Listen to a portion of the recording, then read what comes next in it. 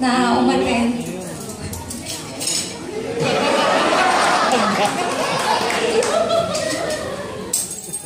Hindi kasi,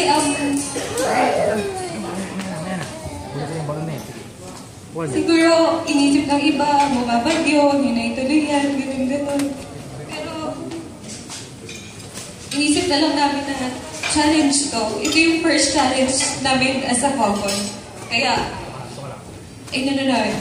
pinush namin to. Kaya, thank you, super thank you talaga sa lahat. Lalo na sa family ko. Kasi, kumpleto kami.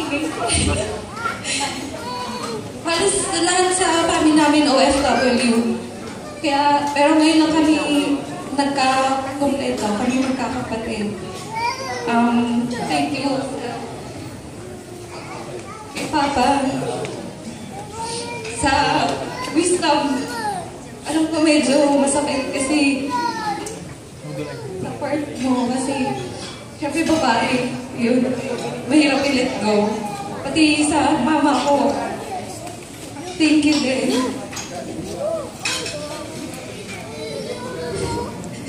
Kung makukuha ko lang kahit kalahati ng pagiging caring ng mama ko, siguro magiging mabuting magulang na rin ako sa mga future kids namin. Ganun siya ka maalaga sa amin. Kahit 8 kami, kung bibigyan mo siya ng 8 chicken joy, hindi na siya kakain, ibibigay niya sa amin lahat. Thank you din, Ma. Sa mga friends, kahit umuulan, lalo na yung sa mga nakatira sa malayo, sobrang salamat. Tsaka sa family po ni Ma, kay Mama, kay Papa, kay Tita, kay Kuya Michael. Sobrang salamat sa pag-accept niya sa akin. Thank you.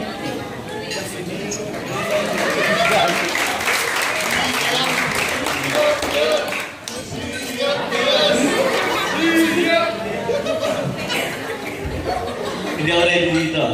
Pero thank you. Thank you talaga sa pagpunta. Bjorn?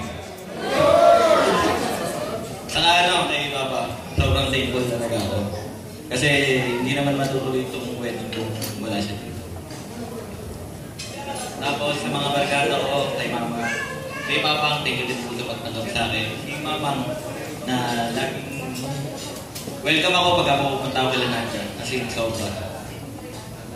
Saka kay Ala.